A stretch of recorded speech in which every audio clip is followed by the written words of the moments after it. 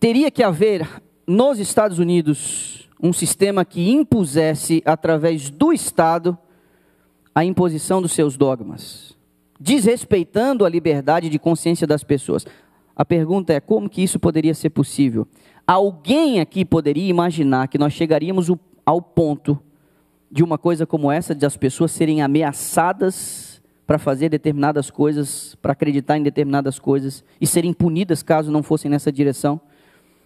A revelação nos diz que isso ocorrerá quando a igreja protestante apostatada buscar o apoio do poder civil para impor os seus decretos sobre as pessoas. E quando elas desrespeitarem a consciência, estarão agindo de modo tão intolerante como agiu o papado na Idade Média. Aqui é que se forma a imagem da primeira besta. É criar um sistema que limite as características essenciais, que imite as características essenciais da primeira besta. As igrejas protestantes se unirão nos pontos que já lhes são comuns para pressionar o poder civil, tirando das pessoas a liberdade de consciência, impondo seus decretos, impondo seus dogmas. Como que elas vão fazer isso? Elas vão recorrer ao Estado para apoiar suas instituições religiosas, e ao agirem assim estarão imitando o papado. Perceba a próxima citação também de O Grande Conflito, na sequência do que ela diz. Quando as principais igrejas dos Estados Unidos, e nós estamos falando da maior nação protestante do planeta, a maior nação cristã do planeta, quando as principais igrejas dos Estados Unidos, ligando-se em pontos de doutrinas que lhes são comuns, influenciarem o Estado para que imponha seus decretos e lhes apoie as instituições, a América do Norte protestante terá então formado uma imagem da hierarquia romana, e a aplicação de penas civis aos seus dissidentes será o resultado inevitável. Entenda, meu irmão, decreto dominical é coisa de protestante no fim da história humana, não é coisa de católico. Diferente de muitos conceitos que nós temos absorvido ao longo de uma vida. Sim, a Igreja Católica trouxe para o cristianismo estes elementos pagãos, mas essa imposição civil de natureza universal é coisa de protestante, é coisa de crente. Essa é a grande reviravolta da profecia, que nos choca profundamente. Como isso? Como o protestantismo, que surge especialmente no século XVI, fundamentado na liberdade de consciência e de culto, se tornará tão semelhante ao papado que é inimigo da liberdade de consciência. Essa é a grande reviravolta da profecia que deixa todo mundo de queixo caído, e aqui você não pode perder o fio da meada. São as igrejas protestantes norte-americanas que se unirão entre si em pontos de doutrina comum. Esse é o movimento ecumênico. Eles não precisam concordar em tudo. Eles não precisam fechar questão em todos os pontos de doutrina, mas existem pontos da doutrina que lhes são comuns, e já será o suficiente para eles se unirem nessa aliança. E isso será compartilhado em outros lugares do mundo. Como você sabe, é muita moda imitar os Estados Unidos. Mas o sinal para os que creem é quando isso acontecer aqui nos Estados Unidos, ironicamente. Mas eu e você não podemos esquecer que isso precisa ser aprovado no Congresso Nacional. E aqui a gente tem que desmistificar um conceito muito difundido, mas que é no mínimo ingênuo. Como é que se formula uma lei? Pela vontade de um presidente? Não. O presidente, na função que ele exerce, ele é refém do Congresso, e você sabe disso, você acompanha a política. Tanto aqui quanto no Brasil, nas democracias, o presidente é refém do que acontece no Congresso, as duas casas legislativas, a Câmara dos Deputados e o Senado, que formam o Congresso. Isso precisa vir de lá. Ainda que o presidente tenha um grande poder no rumo das coisas, não é por sua vontade direta que isso vai acontecer. E a questão toda é, temos que olhar para o Congresso. É necessário, numa democracia, que se promulgue a lei no Congresso Nacional. Perceba, porque a serva do Senhor também disse algo a esse respeito. Olha, a citação é de Eventos Finais, página 133. Quando nossa nação, ela está falando dos Estados Unidos, em suas assembleias legislativas, promulgar leis que restringam a consciência das pessoas quanto aos seus privilégios religiosos, impondo a observância do domingo e exercendo poder opressor contra os que guardam o sábado do sétimo dia, a lei de Deus será por todos os efeitos invalidada em nosso país. E olha o que ela diz: e a apostasia nacional será seguida de ruína nacional. Você sabe que houve um movimento de leis dominicais na década de 80 do século XIX, que buscava promulgar decretos dominicais. A esse respeito, Ellen White também tem algo a nos dizer. Mesmo livro, página 125, diz assim: o movimento dominical está agora, ela está falando viva, década de 80, século XIX, 1880, década de 1880, agora abrindo caminho nas trevas. Os líderes encobrem a verdadeira questão e muitos que se unem ao movimento não percebem para onde propende a tendência oculta. Eles estão agindo como cegos. Não veem que se um governo protestante abandona os princípios que deles fizeram uma nação livre e independente e pela legislação introduz na Constituição princípios que propaguem a falsidade e ilusão papal, eles estão se lançando nos horrores romanos da Idade Média. Isso ela disse enquanto viva lá atrás, século XIX. Ela também diz assim, na sequência: muitos há, mesmo entre os que se empenham nesse movimento em favor da imposição do domingo, que se acham cegos aos resultados que seguirão a essa nação.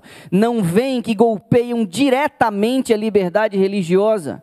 Muitos existem que jamais compreenderam as reivindicações do sábado bíblico e o falso fundamento sobre o qual repousa a instituição do domingo. E ela conclui: os que se empenham em conseguir uma emenda à Constituição para obter uma lei que impõe a observância do domingo, mal compreende qual vai ser o resultado: uma crise iminente. Meu irmão, não é coisa de papa, não é coisa de presidente, é coisa do Congresso. E você não pode perder essa dimensão profética.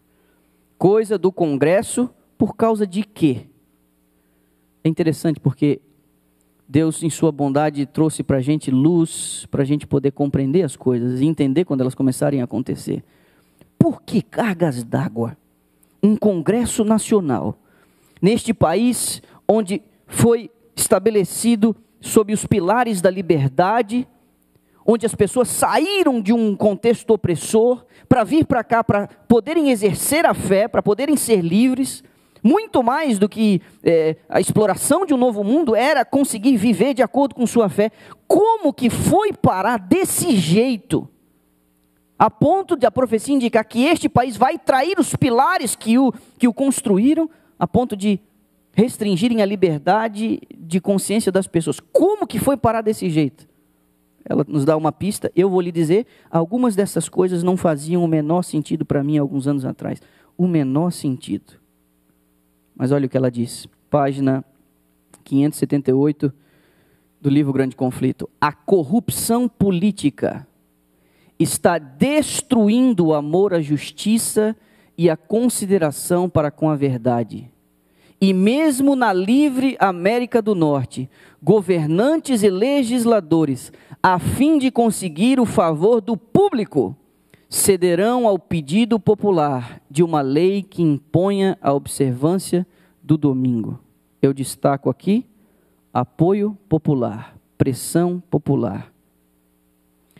Você consegue perceber o quebra-cabeça se montando? Nós estamos numa crise moral tão grande, tão grande, tão grande, que o povo vai pressionar o Congresso para que haja uma mudança de caráter religioso na Constituição, uma emenda na Constituição.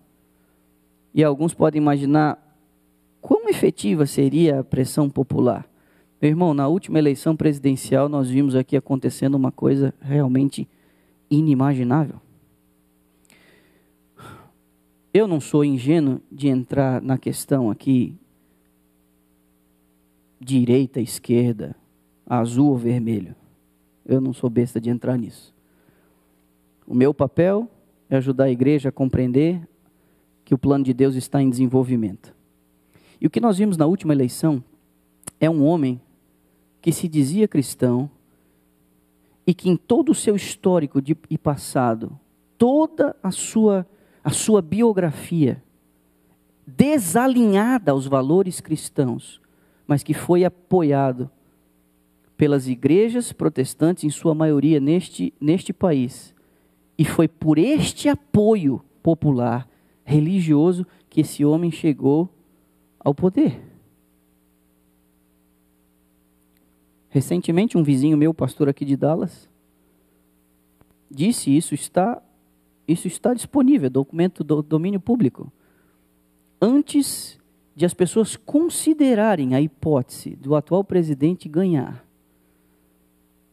este pastor, que perambulava com ele os 4 cantos desse país, num avião particular, disse a ele, você vai ganhar.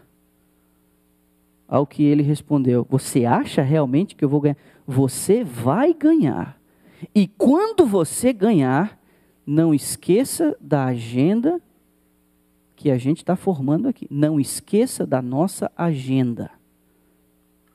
Aqueles que avaliam a história, a condição atual da política, conseguem perceber uma incoerência entre aquilo que as igrejas protestantes, que são consideradas de extrema direita, com os valores e a biografia daquele que hoje exerce o poder e atende esses requisitos, essa agenda dessas igrejas. E eu estou lhe dizendo isso porque há alguns anos atrás, quando as informações não eram tão abertas, quando a internet não exercia tanta força, quando tudo que se faz aqui, daqui a 2 minutos está todo mundo sabendo, eu olhava para esses negócios e dizia, eu não sei como é que isso aqui vai acontecer, e eu vou lhe dizer agora. É plenamente viável. O que ela diz aqui nesse texto é que a pressão popular, a corrupção está tão grande, a desilusão está tão grande, sabe, tão grande, que a pressão popular vai fazer com que eles, para conseguirem o apoio e se manterem no poder, eles cedam às exigências de uma igreja protestante apostatada, para que nessa emenda da Constituição, a imagem da besta se forme, que é a ameaça à consciência, ameaça à liberdade. Como que isso poderia ser possível? Quando estas coisas foram escritas, gente, há em torno de 120, 130 anos atrás, alguém poderia olhar para esse tipo de revelação e dizer, essa senhora está completamente maluca. Isso aqui não faz o menor sentido. Isso aqui não faz o menor sentido. É Deus dizendo, eu não perdi a mão. Eu não perdi a mão. Agora, por que a besta da terra faria uma imagem para que a outra besta pudesse ser... Por que ela não faria para si mesmo? Por que ela não faria para si mesmo? Aqui existe um outro texto. Testemunhos Seletos, volume 2, diz assim, quando nossa nação abjurar os princípios de seu governo de tal forma que vote uma lei dominical, nesse próprio ato, o protestantismo dará a mão ao papado. E isso não será outra coisa senão dar vida à tirania que há muito aguarda, ansiosa, sua oportunidade de saltar de novo para o despotismo ativo. Nesse ato, eles estarão prestando uma homenagem. Não precisa ser explícito para se render essa homenagem. Adorem lá, olhem para lá, respeitem lá. Isso não precisa ser explícito. Nesse ato você honra aquele que através do domingo declara a sua autoridade. É a autoridade, o pai do domingo é o papado. E nesse sentido, ele será adorado porque tem a paternidade dessa doutrina.